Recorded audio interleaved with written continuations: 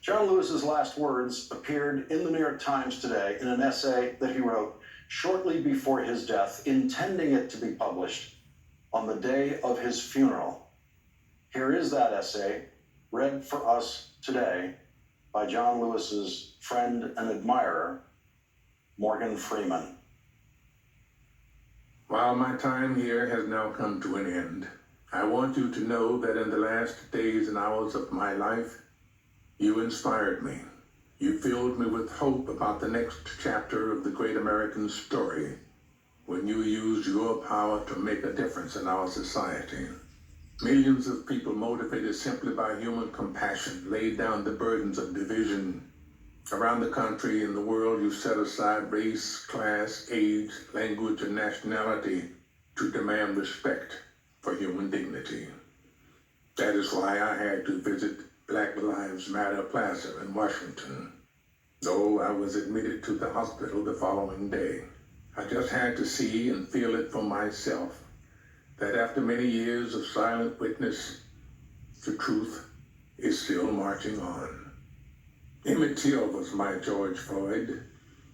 He was my Rayshard Brooks, Sandra Bland, and Breonna Taylor. He was 14 when he was killed, and I was only 15 years old at the time. I will never ever forget the moment when it became so clear that he could easily have been me. In those days, fear constrained us like an imaginary prison, and troubling thoughts of potential brutality committed for no understandable reason were the bars. Though I was surrounded by two loving parents, plenty of brothers, sisters, and cousins, their love could not protect me from the unholy oppression waiting just outside that family circle. Unchecked, unrestrained violence and government-sanctioned terror had the power to turn a simple stroll to the store for some Skittles or an innocent morning jog down a lonesome country road into a nightmare. If we are to survive as one unified nation, we must discover what so readily takes root in our hearts that could rob Mother Emanuel Church in South Carolina of her brightest and best, shoot unwitting concert goers in Las Vegas, and choke to death the hopes and dreams of a gifted violinist like Elijah McClain. Like so many young people today, I was searching for a way out, or some might say a way in. And then I heard the voice of Dr. Martin Luther King Jr. on an old radio. He was talking about the philosophy and discipline of nonviolence. He said we are all complicit when we tolerate injustice. He said it is not enough to say it will get better by and by. He said each of us has a moral obligation to stand up, and speak out. When you see something that is not right, you must say something. You must do something. Democracy is not a state. It is an act, and each generation must do its part to help build what we call the beloved community, a nation and world society at peace with itself. Ordinary people with extraordinary vision can redeem the soul of America by getting in what I call good trouble, necessary trouble. Voting and participating in the democratic process are key. The vote is the most powerful nonviolent change agent you have in a democratic society. You must use it because it is not guaranteed. You can lose it.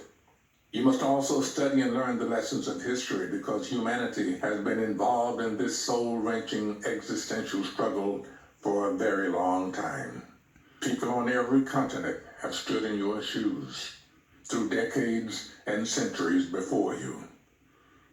The truth does not change, and that is why the answers worked out long ago can help you find solutions to the challenges of our time.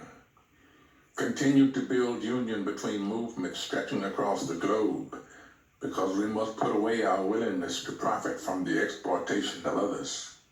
Though I may not be here with you, I urge you to answer the highest calling of your heart and stand up for what you truly believe. In my life, I have done all I can to demonstrate that the way of peace, the way of love and nonviolence, is the more excellent way. Now it is your turn to let freedom ring. When historians pick up their pens to write the story of the 21st century, let them say that it was your generation who laid down the heavy burdens of hate at last, and that peace finally triumphed over violence, aggression, and war. So I say to you, walk with the wind, brothers and sisters, and let the spirit of peace and the power of everlasting love be your guide. John Lewis gets tonight's last word through the voice of his friend, Morgan Freeman.